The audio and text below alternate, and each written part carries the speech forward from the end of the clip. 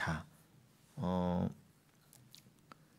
이 지금 로마서 11장 마지막 부분 읽으셨는데 로마서 11장의 어떤 맥락, 그 중심적인 내용이 뭐냐면 이 바울이 자기의 동족들, 그 유대인들이 왜 그렇게 다 버려진 것처럼 마치 비유를 하자면 원래의 감람나무에서 잘린 것처럼 그렇게 살게 된 줄 아느냐라고 하면서 그것은 곧 이 로마서의 수신자들인 이방인들이요. 1차적으로는 이게 지금 로마 교회에 보낸 편지잖아요. 로마인들은 이방인의 대표 아니겠습니까? 네, 로마인. 지금 이 그런 것처럼 여러분들도 이방인으로서 지금 이 로마서를 받으신 분들이 됨이잖아요. 그러니까 지금 사도 바울이 1차적으로는 당시에 로마에 있던 초대교회 성도들에게 서신을 보내면서 그리고 궁극적으로는 교회, 함께 교회된 여러분들에게 지금 하는 말이 바로 여러분들을 구원해내시기 위해서 하나님께서 지금 유대인들을 원 감람나무에서 잘린 가지처럼 두셨다. 그 11장 32절의 표현으로라면은 순종하지 아니하는 가운데 가두어 두셨다. 그렇게 말씀하십니다. 그래서 유대인들이 어떻게 해요? 다 어떤 모습으로 주 앞에 나왔던 거예요? 율법을 지켜보겠다며 나섰던 거예요. 그게 순종하는 거다. 내가 율법을 행위로서 문자적으로 지켜보겠다라고 하나님 앞에 그 잘남으로 나섰다는 거예요. 그런데 그게 하나님 앞에서는 죄라고 합니다. 그게 10장 로마서 10장 여러분 한번 보시면은 눈으로 10장 2절에 이렇게 돼 있죠. 2절 3절 로마서 10장 2절 3절에 이렇게 돼 있습니다. 내가 증언하노니 그들이 하나님께 열심히 있으나 올바른 지식을 따른 것이 아니니라. 하나님의 의를 모르고 자기 의를 세우려고 힘써 하나님의 의에 복종하지 아니하였느니라. 분명히 이렇게 되어 있습니다. 지금 사도 바울이 그 오늘 본문인 로마서 11장에 이어지는 문맥으로서 먼저 10장에서 뭐라고 그랬다고요? 내가 지금 증언하노니, 이 증언이 성경에까지 기록되어 있습니다. 그러니까 확실한 증언이라는 거죠. 내가 증언하노니 그들이 곧 그 육신적인 혈통적인 이스라엘이요. 사도 바울의 동족들, 그 유대인들이 하나님께 열심히 있으나 열심은 분명히 있어요. 그러나 뭐라고 되어 있어요? 올바른 지식을 따른 것이 아니니라 그래요. 그러니까 열심히 있다는 것 자체가 중요한 게 아니라 어떤 열심이냐는 거예요. 열심히 있으면 뭐합니까? 올바른 지식을 따른 것이 아니니라. 근데 성경에서 누누이 말하는 올바른 지식은 뭡니까? 하나님을 아는 올바른 지식이에요. 하나님은 어떻게만 알 수 있어요? 하나님은 자신을 예수 그리스도 그 십자가로만 계시하셨어요. 그러니까 은혜로만 자기를 계시하셨다고요. 그러니까 예수 그리스도라고 하는 은혜를 깨달음이 없이 하나님을 알 수 없어요. 내가 하나님을 스스로 알겠다. 십자가 없이 그런 오직 은혜, 오직 믿음 없이 그냥 내가 율법이 주어졌으니까 율법을 지킴으로 내가 착하게 삶으로 내 뜻대로 내가 정한 방법대로 하나님을 알겠다. 그렇게 나아가는 것이 죄라는 겁니다. 그러니까 하나님을 세상이 다 그렇잖아요. 나도 하나님을 안다. 결국은 세상 모든 종교가 그거 아닙니까? 우리도 하나님을 안다. 결국은 종교는 다 하나 아니냐? 우리가 믿는 하나님도 성경에서 믿는 그 하나님이랑 다를 바가 없다. 그러니 뭐로 가나 어디로 가나 그냥 우리가 믿는 방식대로 우리도 하나님을 만나고 너희는 기독교식대로 하나님을 만나고 그런 식으로까지 갑니다. 완벽한 자유주의죠. 완벽한 타락한 종교의 모습입니다. 그런데 하나님은 결단코 예수라고 하는 그 길, 그 방법 외에는 나에게 올 자가 없다. 하나님은 그 예수로만 자신을 계시했어요. 그래서 요한복음 17장 3절이요.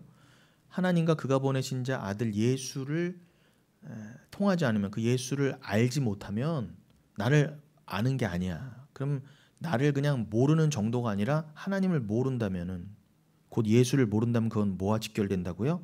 영생이 아니라는 거예요. 그러니까 난 이렇게 하나님 알래요. 이것도 하나님 아는 방법이죠. 이렇게 해도 하나님 만나는 방법이죠. 내가 내 나름의 방법이 있어요. 마치 사마리아 여인처럼, 그죠? 내가 그림심산에서도 하나님께 예배를 드리고, 난 야곱의 우물도 알고 전통도 알고 유대인의 장로의 전통도 알고.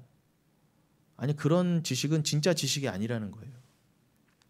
그건 절대 참 지식이 아니어서 뭐예요? 진리가 아니어서 영생을 못 얻는다는 거예요.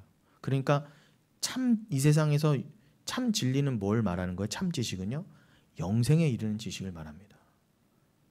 근데 세상의 지식이 얼마나 난무해요. 서울대 가는 지식도 있고 부자 되는 지식도 있고 잘 먹고 잘 사는 지식도 난무하지만 절대 그 어떤 지식도 내가 만든 신을 섬기거나, 그건 뭐예요? 결국 내가 신이라는 거죠. 내가 신이 되는 방법은 될 수 있어도 내가 만든 종교의 주인이 되고 내가 만든 종교의 그 하나님, 나라고 하는 신을 섬기고 내가 생각하는 방식의 구원에 이를 수는 있지만 진짜 하나님, 참 하나님께서 정하신 그 진짜 영생으로는 못 나아간다입니다.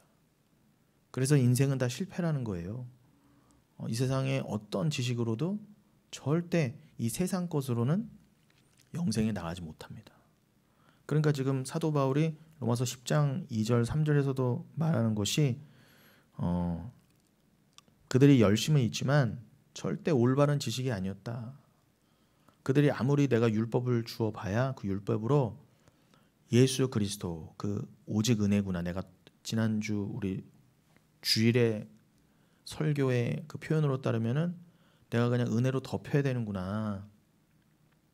오직 은혜구나. 내가 그냥 긍휼을 입어야지.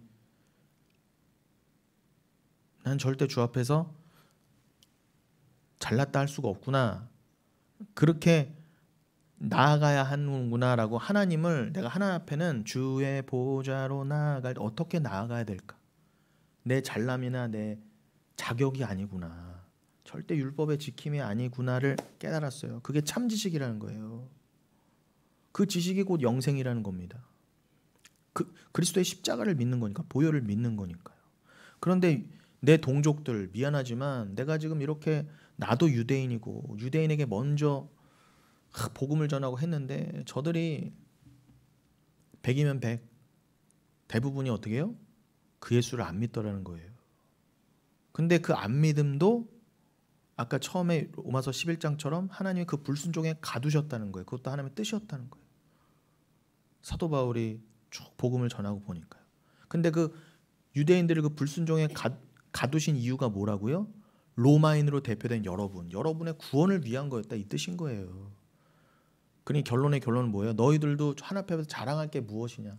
니들이 유대인 대신에 구원을 받았다고 해서 감히 하나님 앞에 니들은 구원받았다고 자랑할 수가 있느냐? 그럴 수 없느니라, 이거예요. 결론은요. 그러니 우리가 자랑할 게 뭐가 있어요?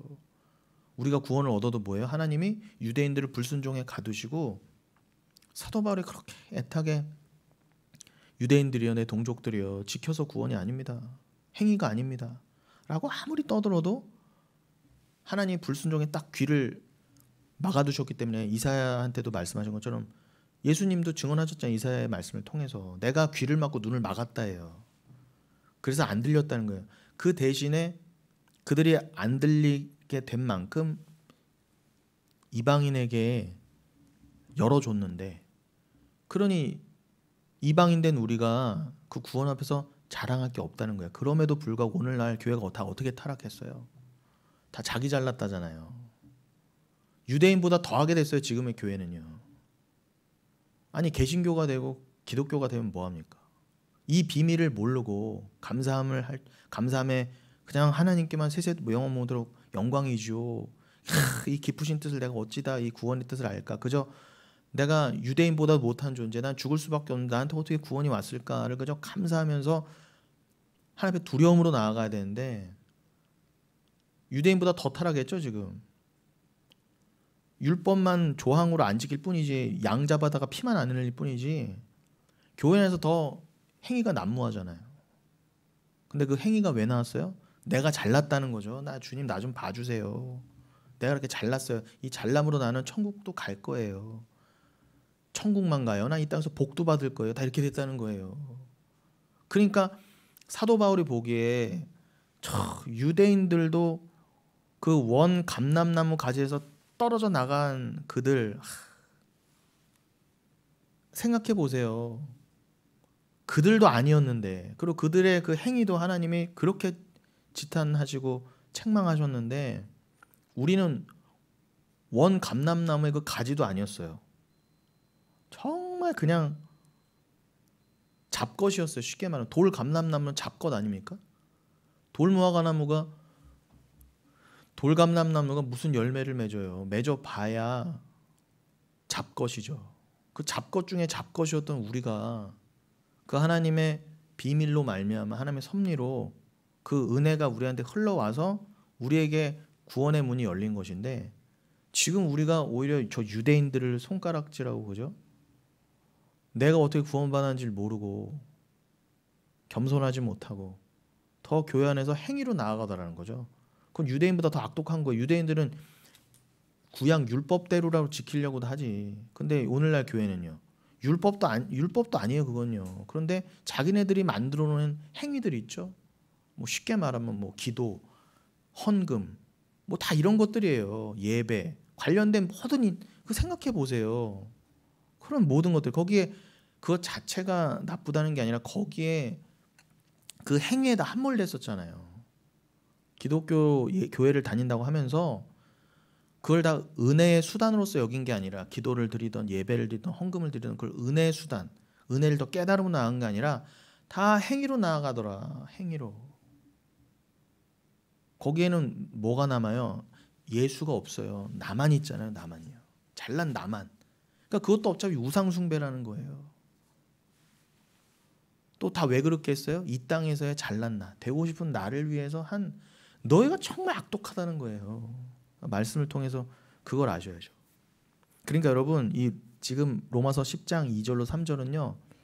유대인들한테 1차적으로 한 말인가 동시에 결국은 우리한테 하신 말씀이에요. 보세요. 로마서 자체가 1차적으로는 로마인들에게 한 거지만 궁극적으로는 우리한테 하신 말씀인 것처럼 이 로마서 10장 2, 3절도요. 1차적으로는 유대인들한테 한 얘기지만 궁극적으로는 누구한테 한 얘기? 우리한테 한 얘기예요. 내가 증언하노니 그들이 하나님께 열심히 있으나 올바른 지식을 따른 것이 아니니라. 행위는 진짜 열심히 했죠. 유대인들이요.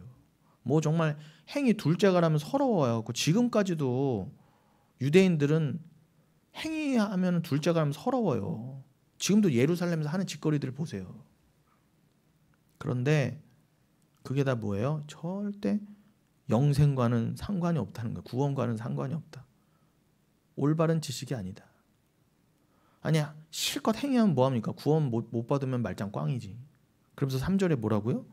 하나님의 의를 모르고 그 올바른 지식을 따른 것이 아니라는 게 내용이 뭐라고요?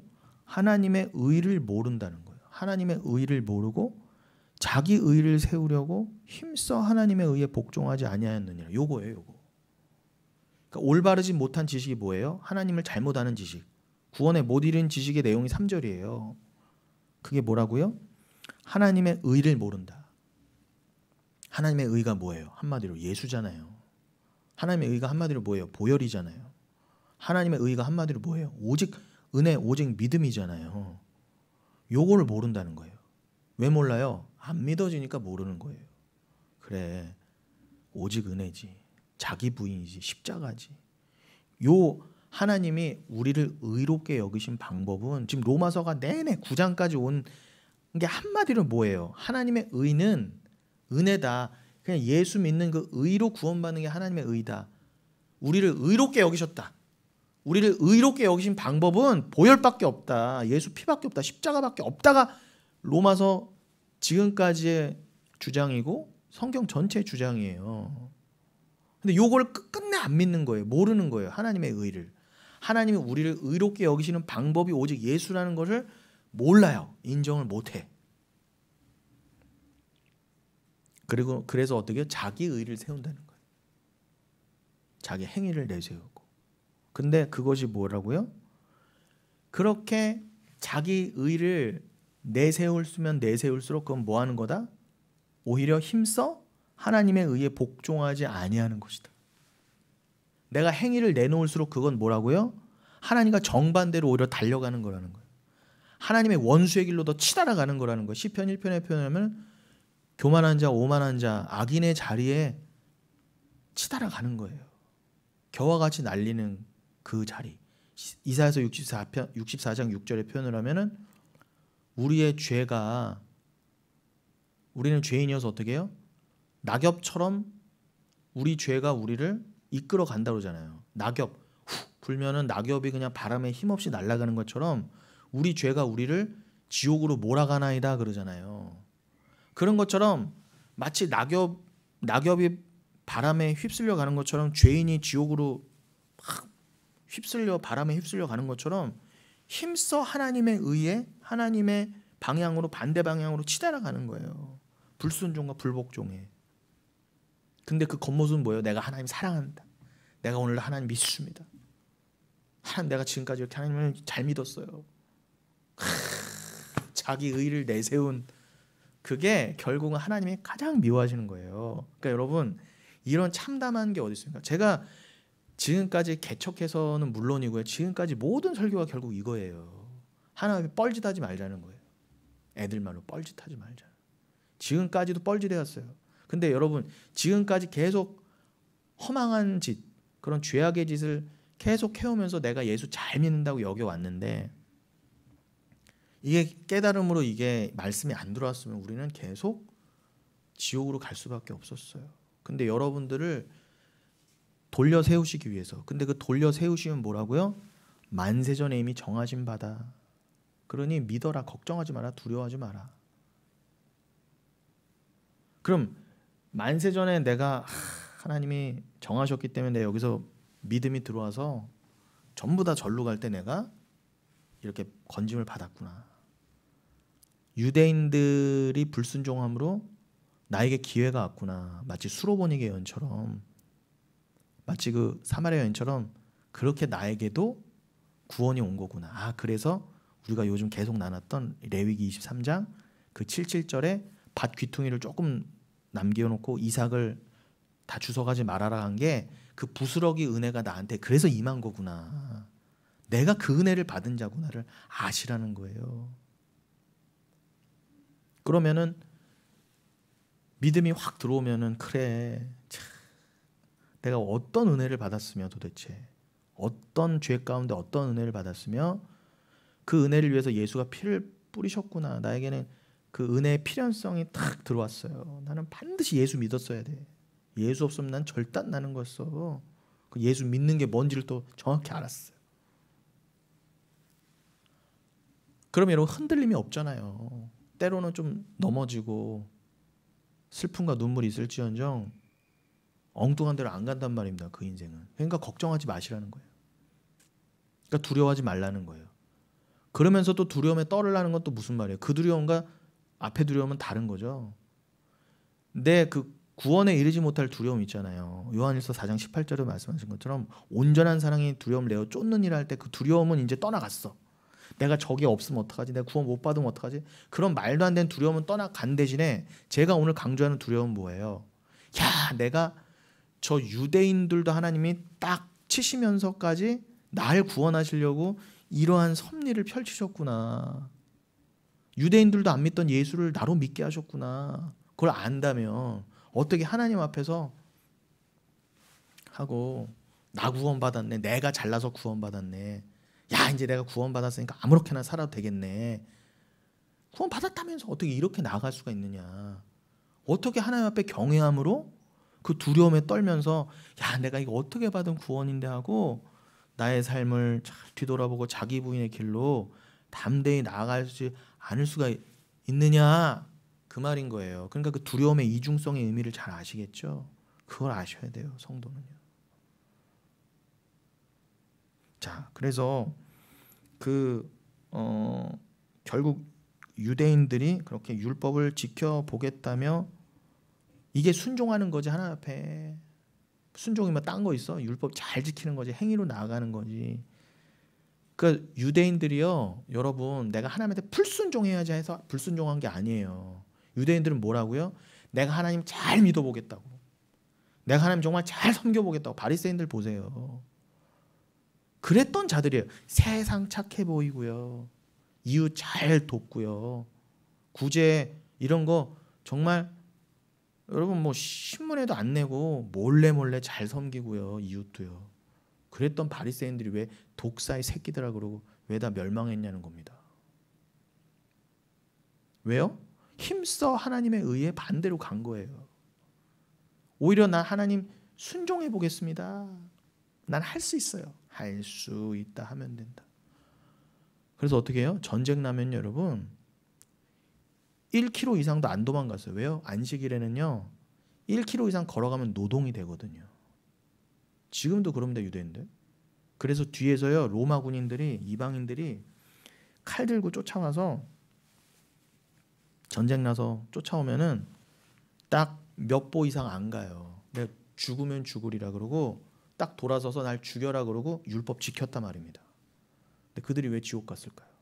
여러분들 율법을 여러분들 행위로, 여러분들도 내가 행위에 있어서는 자신 있다, 내가 하나님 앞에 내가 정말 잘했다, 내가 하나님 앞에 정말 못한 게 없다, 나 하나님 앞에 나만큼 하나님한테 잘했어 봐, 이랬다 치더라도 여러분, 하나님 그걸 다 똥으로 여기신과 동시에 뭐예요?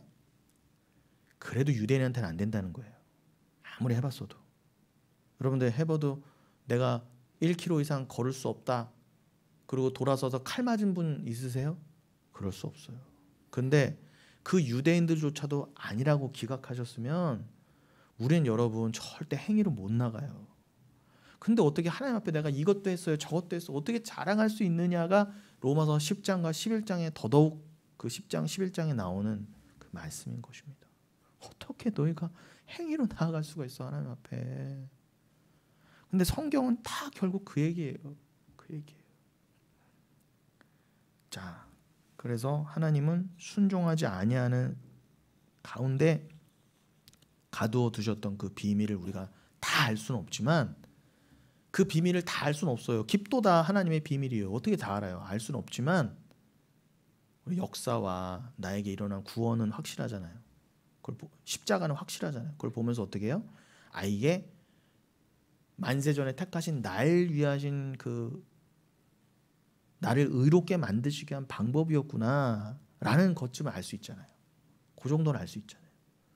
그 비밀은 다 알 수 없어도 왜 유대인들은 저렇게 막아두시고 왜 그 사랑이 나에게로 왔을까? 그 섭리를 어떻게 다 알아요? 안다고 하면 또 거짓말이에요. 오죽하면 사도 바울도 어떻게 해요? 깊도다, 내가 다 말 못하겠다, 너무 깊도다 이 비밀은, 이 사랑의 비밀은. 천국 가면 좀 알 수 있다. 그러나 여기서는 분명은 뭐예요? 계시는 확실히 주어졌잖아요. 너희들이 구원받은 것은 오직 믿음으로 된 것이다. 그건 확실하잖아요. 그러니까 그거 붙잡으라 해요. 그러니까 우리가 그거는 확실하니까 일단 그것만 있으면 우리가 천국 가는데 아무런 지장은 없으니까 일단 우리에게 주어진 이 계시, 사도 바울을 통해 전해진 계시, 그리고 오늘 이 영흥교회에서 선포되는 이 말씀, 동일한 말씀이잖아요. 사도 바울이 선포한 말씀이나 우리가 지금 나누고 있는 말씀이나. 그러니까 여러분들 요거는 확실히 보이고 아시잖아요. 하늘의 비밀은 다 몰라도. 그러니까 요거만 꼭 붙잡고 계세요, 영흥교회에서요. 그럼 여러분 천국 가시는데 아무런 지장은 없다는 거예요.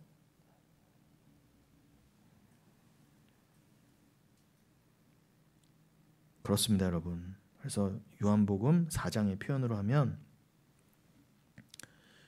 그 4개월, 77절과 나팔절 사이의 4개월이 말세지마를 더 정확하게 표현하는, 그래서 우리가 거기서부터 쭉 절기 그리고 그 4개월 나누면서 지금 여기까지 왔잖아요. 길게 엿가랑 늘리듯이. 괜히 늘린 게 아니에요. 정확히 알자는 거죠. 어차피 우리가 알았어야만 하고 나눴어야만 하는 거예요. 근데 우리가 기존 교회에서도 워낙 못 나누고 몰랐기 때문에 지금 개척을 해서라도 주어진 시간에 충분히 말씀을 상고하자는 것입니다. 그러니까 지금 요한복음 4장에서 4개월이라고 표현하신 그 말세의 기간, 요 기간이 바로 이 로마서 10장과 11장의 표현으로 하면은 유대인들을 가두어 두시고 복음에 있어서는 귀가 닫히게 하시고 우리에게 지금 기회를 열어주신 요 기간인 거구나. 요걸 또 추수의 기간이라고 설명하신 거구나. 요렇게 이해하시면 돼요. 그러니까 제가 다시 한번요 바꿔 말하면 지금 로마서 10장 11장을 나누는 것은 그 절기에 관련된 그 4개월 77절과 나팔절 사이의 4개월을 잘 이해하기 위해서 그것의 다른 표현, 다른 동일한 것인데 또 달리 표현해서 설명해 보신 그 로마서 10장과 11장을 들어 지금 우리가 살고 있는 종말요 말세지말을 잘 이해해 보자는 것입니다. 그게 우리가 말씀을 배우는 이유와 목적이잖아요. 절기도 배우는 이유와 목적이고요. 그래서 이 기간 동안에 이 땅의 역사 기간 동안에 다른 표현으로는 예수님께서 처음 오시고 다시 오실 그 초림과 재림 사이 이 종말의 기간 동안에 이방인에게도 복음이 충만하게 두셨구나. 그래서 여러분들에게도 이렇게 기회가 열린 거예요. 주님의 이 작정 때문에 이 교회 시대를 내가 열 것이다. 성령을 통해 교회 시대를 열고 내가 이 예수의 초림과 재림 사이의 종말의 기간 동안 이방인의 충만한 숫자가 들어오도록 내가 할 것이다. 그게 로마서 11장 25절의 표현이기도 해요. 이방인의 충만한 숫자가 들어올 때까지 이 유대인들은 불순종에 두었다 그러시잖아요. 그러니까 지금이 그 기간인 거예요. 그래서 지금 요한복음 4장에서는 어땠다고요? 예수님이 굳이 사마리아 여인을 찾아오셔서 그걸 알려주신 거예요. 사마리아 여인은요 원래 구원 안 받아도 돼요. 근데 만세전에 사마리아 여인도 진짜 이스라엘로서 이방인이지만 하늘에서는 진짜 영적 이스라엘, 진짜 하나님의 구원받은 백성으로 이미 삼아져 있기 때문에 이 땅에서는 사마리아 여인을 보이고 한국 사람을 보일지라도 저기서는 하나님 백성이기 때문에 여기서 추수가 돼야 되거든요. 여기서 추수가 돼서 저게 올려야 완성되는 거잖아요. 만세전에 그게 그 하나님의 계획이. 그러니까 여기서 추수하시기 위해서 이방 유대인들을 일시적으로 가두어 두시고 성령을 통해 어떻게 교회 시대를 만드셨다 해요. 그러니 세대주의자들의 성경 해석은 다 틀린 거예요. 구약과 신약은 분리될 수 없고요. 구약의 혈통적 이스라엘의 구원의 방법이 따로 있고 신약의 이방인들의 구원의 방법이 따로 있는 게 아니에요. 성경 그렇게 분리해서 읽으면 안 돼요. 큰일 납니다. 그건 이단 중에 상이단이에요. 오히려 제가 보기엔 세대주의가 신천지보다 더 못됐어요. 아무튼 이 여러분들에게 그렇게 이 교회 시대, 성령의 시대 동안 신약의 시대 동안 여러분에게 복음이 열렸다라는 것을 알게 해주시려고 사마리아 여인의 사건도 보여주신 거예요. 그리고 그 사마리아 여인에게 예수님이 언제 찾아오셨다고요? 오순절에 맞춰서 찾아오셨다면서요. 근데 우리가 레위기 23장도 몇 번 봤죠? 거기서는 어떻게 해요? 레위기 23장에서는 그것도 77절의 얘기였잖아요. 거기가 77절의 내용도 레위기 23장에 들어가 있었잖아요. 그럼 구약에서는 77절이라고 한 게 신약에서는 오순절이란 말입니다. 근데 예수님이 신약의 오순절에서는 마치 성령이 오순절에 부어진 것처럼 예수님이 사마리아에 직접 찾아오셨어요. 봐, 성령이 이렇게 올 거야라는 거 알려주시려고 예수님이 직접 사마리아 여인을 찾아오셨어요. 만세전에 택한 백성에게. 그래서 추수를 하셨단 말이에요. 그런 것처럼 이걸 설명하려고 또 어떻게 해요? 레위기에서는 어떻게 해요? 그 77절에 밭을 다 소출을 몽땅 가져가지 말고 좀 남겨놔라. 왜 그런 거예요? 그냥 괜히 못 먹는 이유 좀 나눠줘라 얘기가 아니라 우리가 그 떨어진 이삭이었다는 거예요. 우리가 그 귀퉁이에 추수된 이방인들이었다는 거예요. 마치 스로보니에게 말씀하신 부스러기 은혜라도 얻은 것처럼 우리가 그렇게 구원의 기회가 열렸기에 우리도 천국 들어갈 수 있게 된 거예요. 그거가 이렇게 다 설명된 거예요. 레위기 23장, 요한복음 4장, 로마서 10장, 11장. 이게 다 한 얘기, 동일한 얘기하는 거예요. 아, 우리의 구원 얘기구나. 우리의 구원 얘기. 그리고 이 성령이 오시고 난 다음에 이 교회 시대, 영흥교회를 포함한 이 교회 시대가 바로 이 추수의 기간을 말씀하신 거구나. 종말이구나 이게. 이것을 뭐 성경 곳곳에서는 특히 계시록 같은 곳에는 이걸 막 3년 반이라고도 표현해봤고, 이게 한때 두때 반때, 뭐 1260일, 또 42달, 뭐 이런 식으로도 표현하신 거구나. 천년왕국으로도 표현해 보신 거구나. 시간상 그럼 뭐 천년왕국이나 3년 반 이런 거는 오늘 다 설명 못하지만 어차피 이것도요 제가 1년 전부터 내내 중간중간 했었어요. 아무튼 이게 다 같은 얘기예요. 뭐 천년왕국 얘기가 다른 얘기고 저 3년 반 얘기가 엉뚱한 얘기가 아니라 지금 얘기야. 종말 얘기하는 거야. 여러분들이 저기에 계신 분들이 이 땅에 내려와서 추수되는 기간, 여러분들의 이 인생 기간, 신앙생활의 기간을 얘기하는 거예요. 그거 외에 다른 얘기하면 그게 다 이단인 거예요. 그죠? 이단들 얼마나 잘 갖다 씁니까? 3년 반이 어떻고 환란이 어떻고 천년왕국이 뭐 이렇고 저렇고 온갖 잡설들이 많아요. 아니에요 여러분. 성경은 한 얘기만 해요. 한 얘기만. 한 얘기. 예수 얘기. 여러분의 구원 얘기. 그렇게 해석하시면 됩니다. 자, 그럼 여러분 잘 생각해 보세요. 그렇다면 결국 교회에서 순종하자고 하는 건 도대체 뭐예요? 아까 초반에도 얘기한 것처럼 제가 로마서 10장 2절로 3절 그 얘기 했죠? 결국 오늘날 교회도요 유대인들처럼 그 꼴이었다는 거다. 유대인들이 하나님, 내가 하나님 얼마나 사랑하는지 하나님 아시죠? 하나님 모르시면 안 돼요. 내가 얼마나 하나님 사랑하는데 내가 이것도 했고 저것도 했고 다 목숨 걸어 하나님 사랑했는데 그렇게 오늘날 교회도 가잖아요. 다 유대주의 율법주의로 간단 말이에요. 오늘날 교회도요. 그것의 시초가 이제 가톨릭이라는 거죠. 그러니까 하나님의 말씀을 정확히 반대로 거스르는 거예요. 그게요. 로마서 10장 3절 힘써 하나님의 의에 복종하지 아니한 게 오히려 그게.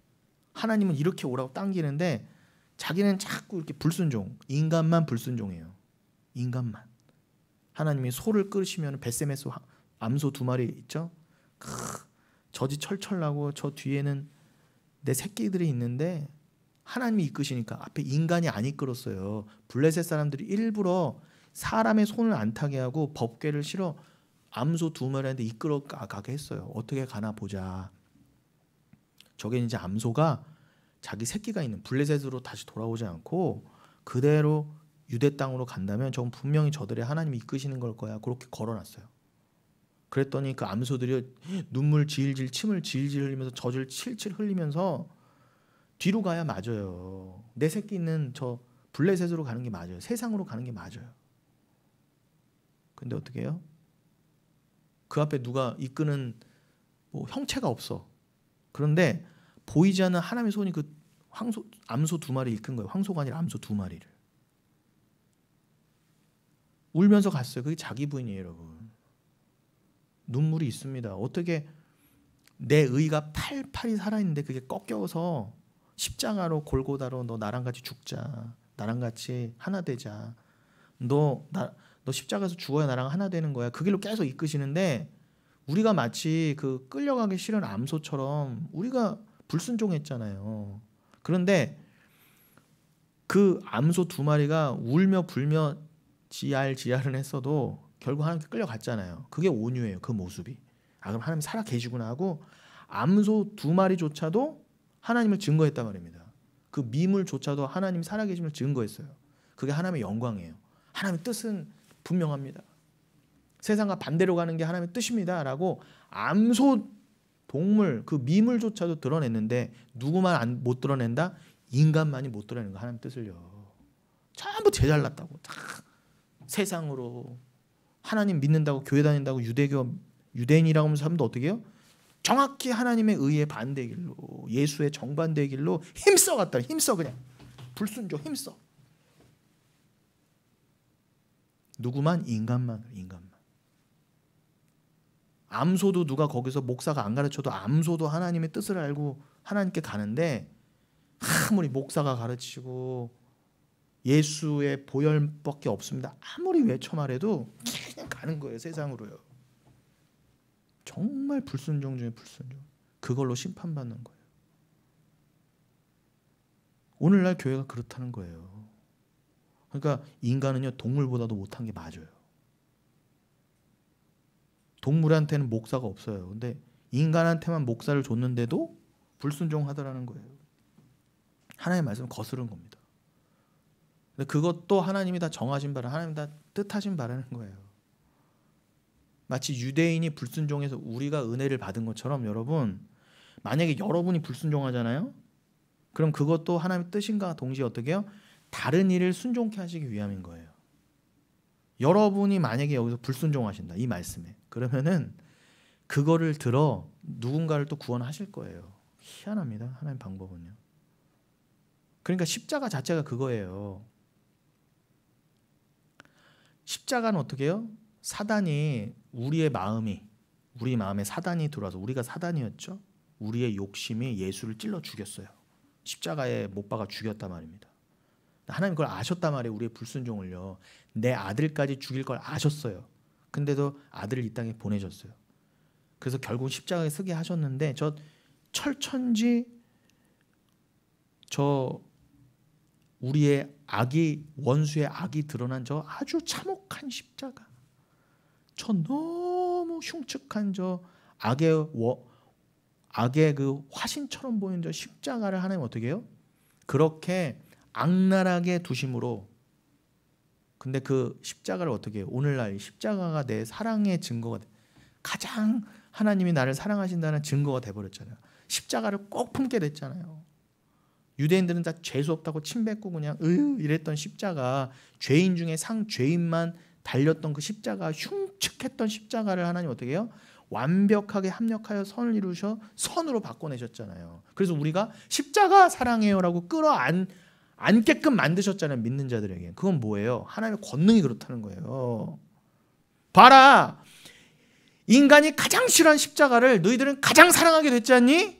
누가 그렇게 만들었어? 내가 했잖아. 그게 내 능력이야. 맞아요. 하나님만이 그렇게 악도 합력하여 선을 이룰 수 있는 유일하신 주님이시죠 라고 우리가 인정하지 않을 수 없잖아요. 하나님이 그 영광 받으시려는 거예요. 그 영광이 세세 영원토록 무궁토록 있을지어다. 그게 오늘 로마서 11장 마지막 결론이기도 하고요. 그러니까 어떻게 해요? 하나님은 그렇게 완벽한 악을 완벽한 선으로 합력해서 만드실 수 있는 능력이 있는 거예요. 그래서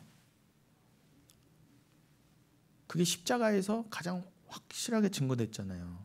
그런 것처럼 유대인의 불순종 그 악이 유대인들이 예수를 가장 죽이려고 그랬잖아요.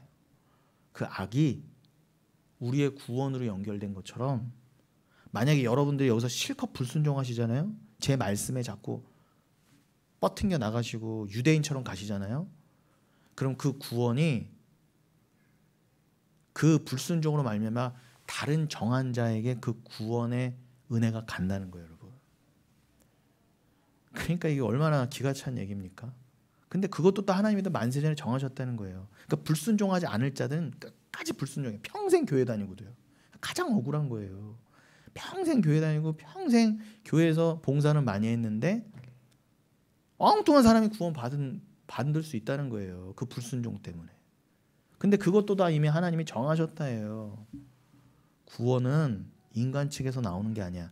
인간 측의 생각, 인간의 판단, 인간의 야, 저 사람은 저 구원받을 만해, 이런 인간의 모든 생각들 하나님이 다 멸하시기 위해서라도 어떻게 해요?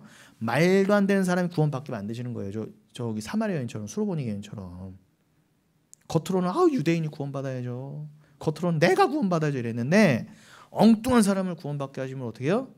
다 인간의 그런 잘남을 무너뜨리신다 해요.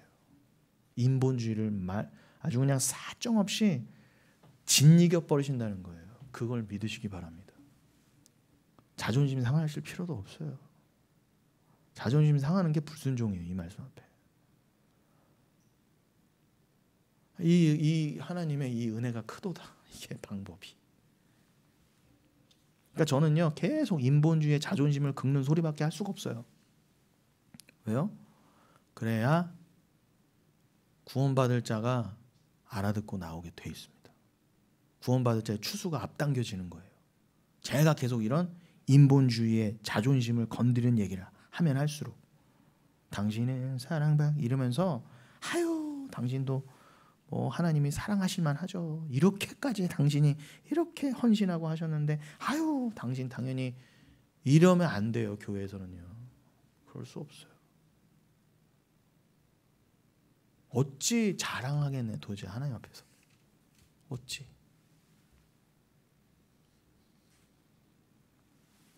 그 얘기가 어디 있어요? 읽고 넘어갈까요? 11장 어디입니까? 로마서 11장. 그 감람나무 얘기 나오는 부분이 있잖아요.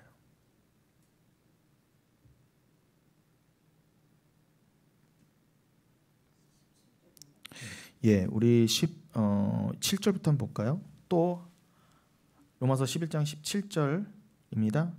또한 가지 얼마가 꺾이었는데 돌 감람나무인 네가 그들 중에 접붙임이 되어 참 감람나무 뿌리의 진액을 함께 받은 자가 되었은즉, 그죠?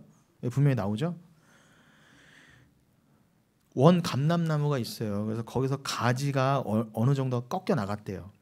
하나님이 꺾으셨다는 거죠. 그럼 어떻게 해요? 돌 감람나무였던 너, 이방인인 너, 네가 그들 중에 그 원 감람나무에 접붙임이 됐다는 거예요. 그래서 참 감람나무의 그 뿌리의 진액을 함께 받는 자가 되었대요. 여기서 돌 감람나무 여부는 아그리 엘라이오스라고 하거든요. 엘라이온, 이게 감람, 그 올리브를 말하는 거니까요. 아그리 엘라이오스, 이게 돌 감람나무인데, 이게 쉽게 말하면 야생 감람나무예요. 들에서 막 자라는 감람나무 있잖아요. 그러니까 이게 겟세마네 같은 데서 예쁘게 잘 이렇게 양육을 받았던 그런 올리브 나무들하고는 다른 겁니다. 그런 것들을 참 감람나무라고 한다면, 그러한 이스라엘에 대비되는 이방인을 상징하는 말이 아그리 엘라이오스예요. 들판에 그냥 막 자라는, 별로 이거는 상품성이 절대 없는 그런 잡것들 있잖아요.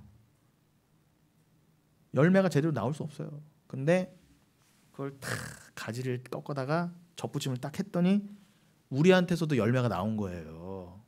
그럼 우리한테 잘남이 하나도 없잖아요. 맞잖아요. 하나님 앞에 열매를 내놔야 되는데 그 열매가 우리가 내놓은 거예요? 아니잖아요. 그 원래 씨가 누구였다는 거예요? 예수 그리스도. 원래 씨는 예수 그리스도예요. 그 씨가 있었기 때문에 그 감람나무가 있었던 거고요. 우리는 아예 그 감람나무에서 원래 나온 가지도 아니었어요. 그냥 접붙임된 거라니까요. 그런 주제에 정말 불가능 중에 불가능 중에 우리가 열매를 맺게 된 거잖아요. 구원이라고 하는. 우리 영생이라는 열매가 맺게 됐으면 이걸 알면 얼마나 감사합니까, 진짜. 그랬은즉 그 가지들을 향하여 자랑하지 말라. 18절 그러죠? 니들이 돌감나무 가지였던 주제에 그 잘려나간 그 이스라엘, 혈통적 이스라엘을 보고 자랑하지 말라. 아이고 저것들 저거 하나님 잘라내셨네 이러고 깨춤추지 말라는 거예요. 자랑할지라도 네가 뿌리를 보존하는 것이 아니고 뿌리가 너를 보존하는 것이니라. 여기 그 말이잖아요. 제가 한 말이잖아요. 뭔 자랑을 해 가지 주제에. 네 가지가 뿌리를 보존하는 게 아니라 뿌리가 너를 보존하는 거야. 뿌리가 있으니까 네가 있는 거지 네가 있어서 뿌리가 있는 게 아니다. 제발 주객이 전도되지 마 이런 거예요. 그 뿌리의 원시 그 하나님이 먼저지 하나님으로 인한 것이지 우리가 하나님을 앞설 수 없어요. 근데 다 우리는 하나님을 다 앞섰잖아요. 그게 교만한 그 죄라는 것입니다. 유대주의, 율법주의. 19절 그러면 네 말이 가지들이 꺾인 것은 나로 접붙임을 받게 하려 함이라 하리니 20절 옳도다. 그래 네가 잘 깨달았구나. 옳도다. 그들은 믿지 아니함으로 꺾이고 너는 믿음으로 섰느니라. 오직 믿음이라는 거예요. 니들이 접붙임을 받은 거는 오직 하나님의 의를 믿음으로 그냥 겸손하여서 그래 내가 그냥 하나님이 이렇게 접붙여 주셨으니까 내가 너를 이제 의로운 가지로 만들어 줄게 하고 그냥 접붙여 줬으니까 그게 가능한 거였지. 그 하나님이 정하신 그 의의 방법을 믿느냐는 거예요. 내 행위가 아니잖아. 내가 막 원래 돌감람나무 가지였는데 내가 이제 열매 좀 맺어봐야 되겠다. 내가 스스로 나를 끊어. 나를 돌감람나무에서 나를 스스로 끊어서 내가 가지가 막 걸어가. 내가 걸어가서 참 감람나무 이렇게 찾아. 저 괜찮은 감람나무 있네. 그리고 가서 자기가 붙어. 그리고 막 자기를 묶어요. 그리고 자기를 막 열매가 내. 이런 나무가 없잖아요. 이럴 수가 없잖아요. 세상 이치로도요. 자연 섭리로도. 그런데 왜 인간만 그렇다고 말하냐는 거예요. 왜 교회만 그러냐? 왜 잘못된 교회에서만 왜 내가 스스로 가지가 되어서 어디 붙어서 내가 스스로 열매 내놔라 해라 왜 그렇게 가르치냐고 도대체. 자연 섭리도 그렇게 안 하는데. 그러니까 이게 조금만 머리를 굴려도 이게 다 틀렸다는 걸 알 텐데 절대 인본주의가 눈을 가리는 거예요. 내가 했다는 거죠. 내가 가서 묶여서 내가 열매 내놨다는 거예요. 그게 오늘날의 잘못된 인본주의 교회들이에요. 근데 그거에도 다 아멘해요. 맞아요. 은혜 받았다 그래요. 맞아요. 내가 열심히 살아야죠. 열심히 사세요 물론. 근데 근본이 틀렸다니까. 근본이요. 오직 너는 믿음으로 그렇게 섰다는 거예요. 그 말이 뭐라고요? 하나님이 접붙여줬다 이 말이에요. 네가 한 게 아니라는 거예요. 그걸 믿느냐? 이걸 믿느냐? 그러니까 오직 믿음은 어려운 게 아니에요, 여러분. 제가 뭐 오직 믿음 말하면 좀 추상적으로 생각하시고 어렵게 생각하지 마세요. 이 예를 보세요. 내가 가서 붙었다는 게 아니라 하나님이 나를 주워다가 그냥 붙인 거예요, 이렇게. 그게 오직 믿음이에요. 내 의가 아니구나. 하나님이 하셨구나. 예, 그게 근데 귀가 닫히고 눈이 먼 자는 끝까지 안 들려요, 이게. 끝까지 안 들려요. 오직 믿음을 끝까지 모르는 거예요. 예수 그리스도라고 하는 그 방법으로 내가 이렇게 묶였구나. 그래서 하나님을 날 의롭게 여겨주셨구나. 영생의 열매를 내놓을 수는 그냥 그 가지로 그냥 하나님 덮어놓고 여겨주셨구나. 눈 찔끔 감아주셨구나. 그냥 긍휼로 덮어주셨구나. 요게 믿어지셔야 돼요. 그래서 제가 이렇게 쥐잡듯이 계속 얘기하는 거예요. 요거 안 믿어지면 소용없어요. 무슨 얘기를 해도 서로 소용없어요. 교회가 아니에요, 서로. 그래서 높은 마음을 품지 말고 도리어 두려워하라. 여기서 그 두려움이 나오죠. 제가 말한 두려움이 이거예요. 교만하지 말고 높은 마음 품지 말고 네가 돌 감람나무였던 주제를 생각해라. 개구리도 올챙이적 생각하는데 너는 왜 이렇게 생각을 못하니? 너 마음을 낮추고 두려워하라. 왜요? 21절 하나님이 원 가지들도 아끼지 아니하셨은즉 너도 아끼지 아니하시리라. 원래요 하나님 입장에서는 뭐예요? 원 감람나무 가지도 잘라서 버리실 정도였으면 돌 감람나무 가지 정도야 원래 중요하게 여기시지 않는 게 맞아요. 이거 여러분 잘 읽으셔야 됩니다. 이걸 예정론어 같이 잘 읽으셔야 돼요. 내가 막 하나님 앞에 잘 못하면 이거 떨어져 나가는 거 아니야? 내가 잘해야지가 아니에요, 여러분. 하나님의 마음을 잘 알아보시라는 집중. 요 하나님의 원 마음을 알라고 요 표현을 해본 거예요. 하나님 원래 우리도 농부 같았으면은 잘 자라는 참 감람나무 가지를 뚝 잘라다가 돌감람 붙일 거였으면은 이것도 소중하게 여기지 않았는데 돌감람나무 여러분 가지 소중하게 여길 이유가 있어요, 없어요? 없는데 뭐가 잘났냐는 거예요. 그런데 하나님 왜 그렇게 하셨다고요? 농부이신 하나님 왜 그렇게 하셨다고요? 만세 전에 여러분을 택하셨기 때문에 그렇게 하셨다는 거예요. 그러니까 그 앞에 그냥 두려워 떨라는 거예요. 하나님 날 구원하셨으니까 내가 막 살아도 되겠지가 아니라 두려워하는 건 뭐예요? 야, 내가 이런 처지였구나. 내가 저 참 감람나무 저 가지들도 아니었고 그냥 접붙임된 주제였는데 내가 하나님 앞에 더 겸손하라는. 그래서 그러니까 겸손하고 저기를 믿고 하나님이 그냥 하나님의 뜻대로 약속하신 바가 있어 묶었다는 것만 기억하라는 거지. 내가 잘났다거나 내가 떨어져 나가면 어떡하지? 내가 꼭 이 시간에 청소기일 테네 저기는. 내가 좀 못해서 떨어져 나갈까? 내가 좀 행위가 없으면 하나님이 날 버리시는 거 아니야? 이런 두려움을 버리시라는 거예요. 그 말씀인 거 예정론은요. 예정론을 제대로 이해하면은 내가 만세에 택함 받았기 때문에 이게 진정한 자유함과 동시에 감사함과 동시에 내가 두려움이 떠나가잖아요. 구원에 대한 탈락에 대한 두려움이 떠나가잖아요. 확신이 들잖아요. 나는 하나님 택하신 백성이 맞아. 나는 자녀야. 나는 하나님의 그 씨로 된 진짜 정실 자녀야. 내가 겉으로는 돌감람처럼 보여도 내가 진짜 하나님의 백성이야 라고, 자녀야. 난 이삭의 씨야. 씨로 말미암았어라고 확 믿음이 들어오잖아요. 그러면 절대 안 떨어져 나가요. 근데 그것과 동시에 뭐라고요? 니들이 그런 약속을 받고 그렇게 구원의 열매를 맺은 거는 이러한 상황 가운데 된 것이야. 그러니까 겸손해야지로 가시면 돼요. 막 두려워서 내가 떨어져 나가면 어떡하나. 내가 하나님 앞에 이것도 해야지. 이것도 드려야 되고. 이렇게 기도도 몇 시간 해야 되고. 이렇게 해야지. 이웃도 이렇게 도와야지. 그래야 내가 겨우 붙어 있을 수 있겠지라고 두려워하라는 의미가 아니라요. 그런 의미를 잘 여기서 캐치해 내셔야 돼요. 그러니까 이게 비유는 쉬운 것 같아도 사실 이게 어려운 얘기예요. 저도 지금 로마서 11장 사실 좀 어려워요. 제가 오늘 오면서 2시간 내내 10장 11장을 개역 개정으로 듣고, 그 뭐 들으면요 한 번 낭독하면은 3, 4분이면 돼요. 3번역은 좀 길어서 한 5분 장마다.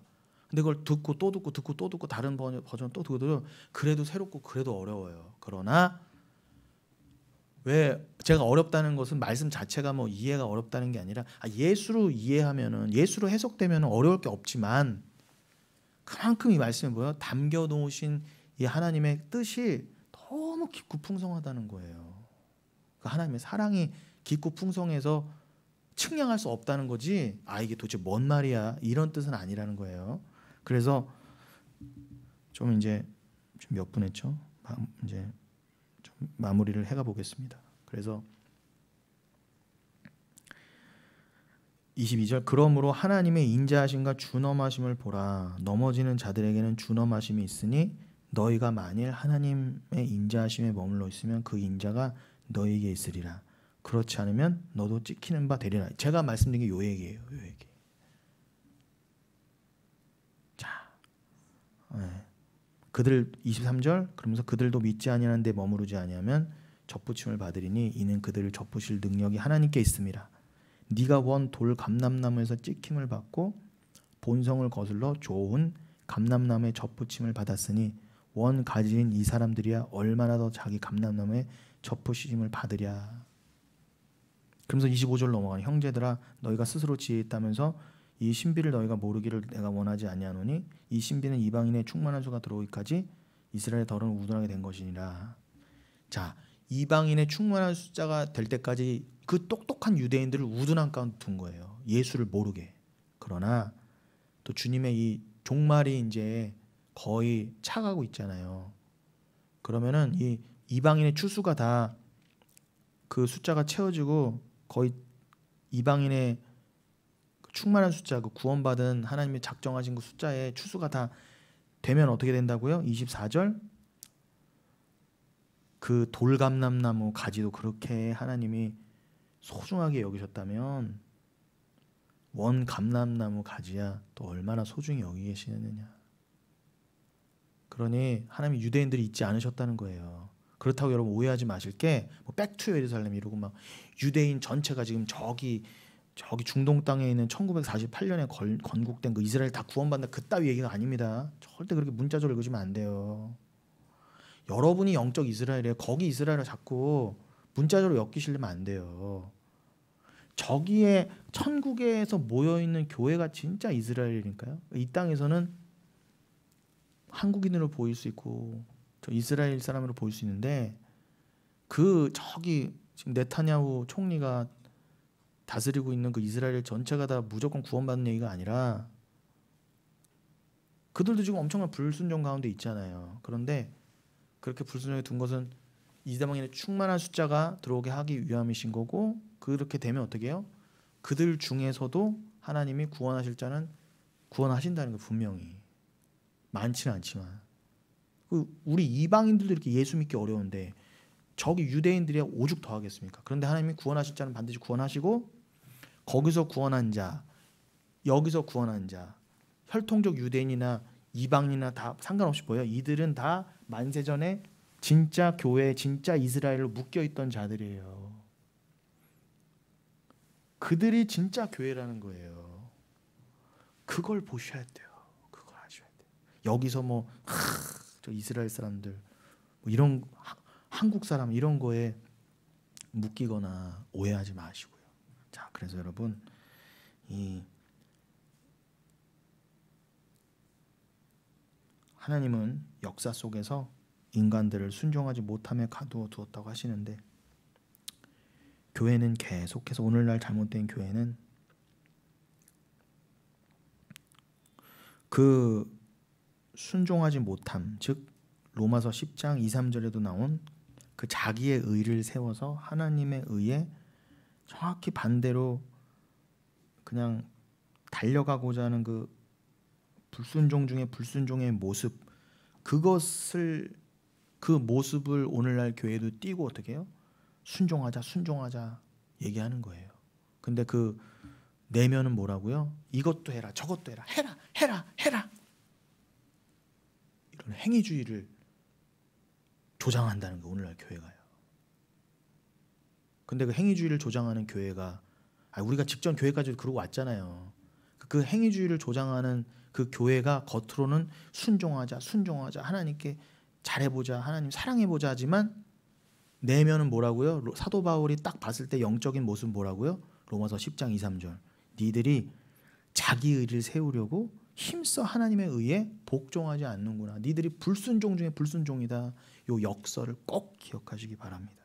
그래서 하나님은 이것을 드러내시려고 어떤 거요? 이 내용을 포함해서 어떻게 해요? 우리가 말도 안 되는 상황 가운데, 다 불순종 가운데, 죄 가운데 다 지옥 갈 수밖에 없던 중에 어떻게 구원받아 만세전에 저 하나님 작정대로 들어가게 됐는가를 알게 해주시려고, 그거 외에는 이유가 없어요. 이것을 펼치시고 말씀도 주시고 영혼교회까지 주신 이유는요, 이것밖에 없어요.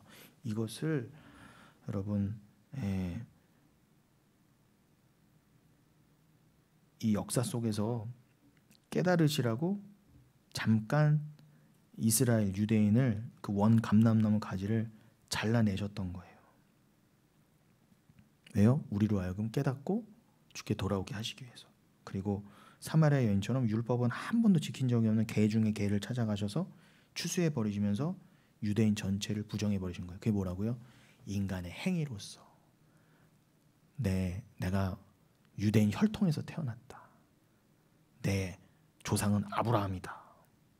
나는 모세의 율법을 지킨다. 이러한 인간 측에서의 모든 유대주의 율법주의를 기각해 버리시려고 오직 은혜야, 오직 믿음이다, 오직 예수다, 오직 말씀이다, 오직 하나님께만 영광이다. 요거를 그냥 철저하게 깨닫게 하시고 그걸 드러내시고자 이 모든 게 계획되고 여러분들 동원되셨다는 걸 잊지 마시기 바랍니다. 그러니 여러분, 이 77절 다음 주에 우리가 한 주 쉬기 때문에 제가 이 얘기 꼭 하고 끝내야 되겠어. 좀 결론을 줘야 되겠어. 그래야 다다음 주에 넘어가죠. 이 77절을 말씀하시면서 왜 추수 얘기가 나왔던 것일까 이제 이해가 되시겠죠? 구약의 오순절인 이 77절 때 추수 이야기를 하시면서 밭 귀퉁이를 남기라고 말씀하셨던 건 바로 그것을 잘 이해시켜 드리려고 오늘 로마서 11장, 그 10장 11장을 연결해서 말씀드렸던 겁니다. 그래서 이방 수로보니게 여인이 와서 예수님께 예수님 제 딸 좀 고쳐주세요라고 했던 것 기억하시면서 그때 예수님은 그 여인에게 이 개야 그랬더니 그 당신을 그렇게 찾아온 여인에게 개라고 그러셨어요. 그러니까 복음은요 이렇게 여러분 때로는 무참해요. 안 친절하다니까요. 근데 그래야 어떻게 해요? 맞아요, 내 개 맞아요. 내가 돌감남나무지 내가 뭡니까 도대체? 맞아요, 나 개예요. 근데요 개도 부스러기 은혜를 주시잖아요. 그렇구나. 네가 내가 만세전에 택한 자가 맞구나. 예수님은 미리 아셨지만 그 고백을 드러내시려고 어떻게 해요? 무참하게 말씀하신 거예요. 나 너한테 줄 양식 없어 이렇게. 그런데 보세요. 그 여인에게 수로보니게 됐든 사마리아인에 되겠든 미리 양식이 준비되지 않았다면 레위기에서 23장에서 그 밭 귀퉁이 조금 남겨놓으라 이런 말씀 미리 안 해두셨단 말이에요. 레위기의 율법에서 그 밭 귀퉁이를 좀 남겨놔라라고 하신 건 뭐예요? 미리 작정하셨던 거예요. 수로보니게 연애 때는 나 너한테 줄 양식 없어라고 처음에 무참하게 말하시지만 이미 마련해 놓고 그렇게 얘기하신 거예요. 그럼 어때? 그 여인은 만세를 택한 백성이니까 난 마저 나 개예요. 내가 짐승이죠. 나 짐승만도 아니 못해요. 내가 저 벳세메스 암소 2마리보다도 못해요. 나는요. 내 맘대로 살았거든요. 그런데 은혜가 필요한 걸 알았어요. 은혜 주세요. 은혜 주세요. 그랬더니 그래. 그렇구나. 맞아. 네가 그렇지. 내가 택한 백성이 맞지. 그래. 그러니까 네가 나한테 이 고백을 한 거잖아. 하고 하나님이 뜻을 드러내신 거예요. 하나님께서 만세전에 택하신 백성은 반드시 이 고백을 하게 돼 있어를 드러내 보이시려고 일부러 더 불친절하게 하신 거예요. 그러나 하나님은 그 여인이 믿음으로 고백할 걸 미리 아셨기 때문에 당연하죠. 만세를 작정하시면 그거를 또 설명하시려고 율법에까지 구약 율법에까지 밭 귀퉁이를 남겨놔라라고 하신 건 뭐예요? 그 여인이 고백할 걸 아셨기 때문에 작정해 놓으신 거예요. 요거를 잘 한 세트로 이해를 하시기 바랍니다. 그러니 이러한 말씀을 함부로 그죠? 이러한 말씀들을 함부로 어떤 목사들은 그저 떨어진 이삭은 죽지 말고 남겨두라는 명령을 문자적으로만 봐서 불화한 이웃을 돕자고 하는데 좋은 얘기 같지만 성경적으로는 맞지 않아요. 단지 불쌍하고 가난한 사람들 먹으라고 추수할 때 좀 남겨두라고 하시는 것이 아닙니다. 성경은 그런 교훈 서적이 아니라 우리 구원의 이야기, 예수님의 그 구원의 말씀, 십자가만을 말씀하신다는 걸 꼭 기억하시고 여러분 앞으로도 이 추수의 기간 동안도 풍성한 은혜 가운데 거하시고 다음 주도 무더운 날씨 휴가 잘 보내시고 다음 주에도 풍성한 말씀 안에서 뵙도록 하겠습니다. 예수님으로 사랑으로 여러분 축원드립니다. 감사합니다. 아멘.